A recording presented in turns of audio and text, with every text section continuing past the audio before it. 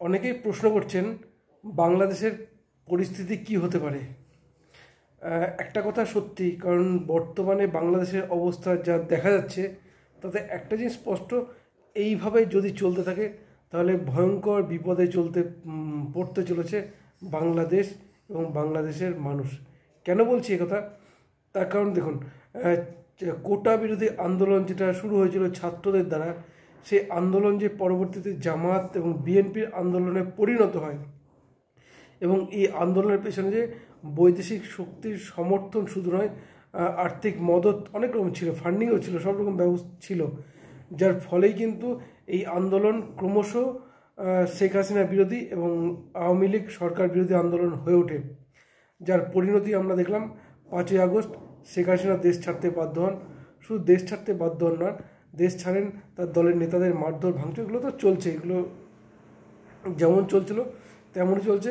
হয়তো সেই সময় মিডিয়ার ফোকাস বেশি ছিল, এখন মিডিয়ার ফোকাসটা কম। কিন্তু তাছাড়াও এরপরে ডক্টর ইউনূস তিনি প্রধান উপদেষ্টা হয়ে সরকার গঠন করেছেন ঠিকই, তিনি মাইকের সামনে অনেক ভালো ভালো কথা বলছেন, সুন্দর কথা বলছেন, সংস্কারের কথা বলছেন, কিন্তু প্রকারান্ত যেটা দেখা যাচ্ছে সেটা কিন্তু ভয়ঙ্কর। কারণ আজও গ্রামগঞ্জে সংখ্যালঘুদের জমি বাড়ি দখল থেকে শুরু করে তাদের উপর মারধর, অত্যাচার, মহিলাদের তুলে নিয়ে যাওয়া, এ কিন্তু বারবার ঘটে চলেছে বাংলাদেশে। শুধু তাই নয়, এ তো অভ্যন্তরীণ বিষয় গেল। বাংলাদেশে যে ভারতীয় দূতাবাস, সেই দূতাবাসেও গতকাল আক্রান্ত হয়ে গেল একদল পাকিস্তানিদের দ্বারা। এই আন্দোলনের নেতৃত্ব দিয়েছিলেন, আমরা জানি, ছাত্র যিনি আহ্বায়ক ছিলেন তিনি, এবং তার নেতৃত্বেই এই ভারতীয় দূতাবাসে, বাংলাদেশের যে ভারতীয় দূতাবাস, সেই দূতাবাসে বিক্ষোভ দেখান একদল মানুষ। এবং এই খবর আগে থেকেই জানতো বাংলাদেশের প্রশাসন, যার ফলে কিন্তু প্রচুর পুলিশ মোতায়েন করা হয়েছিল, এমনকি সেনাও নামানো হয়েছিল। কিন্তু তারপরেও কিন্তু এই বিক্ষোভ থামানো যায়নি, এবং তারা সেখানে গিয়ে কিন্তু যে ফেলানি খাতুন, তার নামে একটি রাস্তা ঘোষণা করে দেন। ভাবুন, বাংলাদেশে একটা সরকার, একটা কোনো রাস্তার নাম যদি ঘোষণা হয়, সেটা তো সরকার বা প্রশাসনে করা উচিত, সেই ঘোষণা করছেন আন্দোলনকারী মানুষ। ভাবুন তার কোন অবস্থা দাঁড়িয়েছে, যে এতটা জোর জবরদস্তি, যেটা চাই সেটাই করে দেবো। তো এইভাবে যদি চলতে থাকে, একটা দূতাবাস আক্রান্ত হয়েছে, এর ফলে ভারত ছোট দেশ নয় যে বাংলাদেশে এই ঘটনা নিয়ে বড়ো দেশের কারে কমপ্লেন করতে যাবে যে বাংলাদেশ আমাদের দূতাবাসে আক্রমণ করেছে। সুতরাং এই জিনিসটা বিশ্বের অন্যান্য দেশিরা বাংলাদেশের উপরে চাপ সৃষ্টি করবে, এবং সেটা টের পাচ্ছেন ডক্টর ইউনূস, এবং বাংলাদেশও টের পাবে। তার কারণ আমরা দেখছি গত কিছুদিন এই যে শেখ হাসিনা সরকারের পতনের পর যেভাবে বিভিন্ন বৈদেশিক কোম্পানিগুলো, ব্যবসায়িক প্রতিষ্ঠানগুলো বাংলাদেশে ইনভেস্ট করেছিল, যার ফলে উপকৃত কিন্তু বাংলাদেশের মানুষই হয়েছিল। কর্মসংস্থান বলুন, আর্থিক সামাজিক উন্নতি কিন্তু বাংলাদেশে হয়েছিল। কিন্তু এই গণ অভ্যুত্থানের ফলে যেভাবে হিংসা ছড়িয়েছে, তাতে বহু কোম্পানি কিন্তু দেশ ছেড়েছেন, এবং আরও বহু কোম্পানি বাংলাদেশ ছাড়তে বাধ্য হবেন, এটা নিশ্চিত। কারণ আমরা দেখেছি বাংলাদেশের অন্যতম প্রধান বস্ত্রশিল্প, সেই বস্ত্রশিল্পে কিন্তু যেটা রপ্তানি যেটা করতো, সেই রপ্তানি কিন্তু বহু বৈদেশিক কোম্পানি কিন্তু বাংলাদেশের এই বস্ত্র কিন্তু নিতে অস্বীকার করছে, যার ফলে তারা কিন্তু ভারতে যোগাযোগ করছে। ফলে এটা যেমন একটা ধাক্কা, আমরা জানি ঢাকায় শাড়ি, তাঁত শিল্প বাংলাদেশে অত্যন্ত বিখ্যাত, এবং সারা জগৎ জোড়া সুনাম ঢাকায়।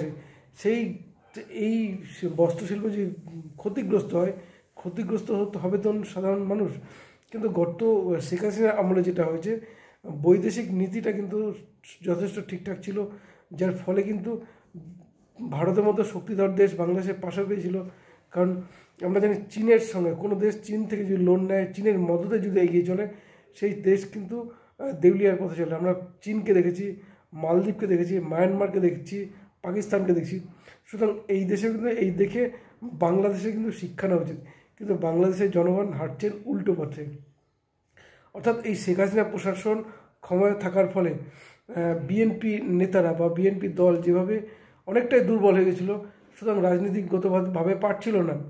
জামাতকে তো নিষিদ্ধ করে দিল শেখ হাসিনা সরকার, যার ফলে বৈদেশিক শক্তি একদম বিষয়টি স্পষ্ট যে বৈদেশিক শক্তির মদতে, তাদের আর্থিক অনুদানে কিন্তু এই গণ অভ্যুত্থানটি বাংলাদেশে ঘটেছে এবং যার ফলে নির্বাচিত সরকারের প্রধান দেশ ছেড়েছেন, এবং যার ফলে কিন্তু আতঙ্কিত অন্যান্য ব্যবসায়ীরা, যারা হয়তো আগামী দিনে ভবিষ্যতে পরিকল্পনা করে রেখেছিলেন যে বাংলাদেশে তারা ইনভেস্ট করবেন, বিজনেস করবেন, কিন্তু তারা কিন্তু পিছু টানবেন এই কারণেই।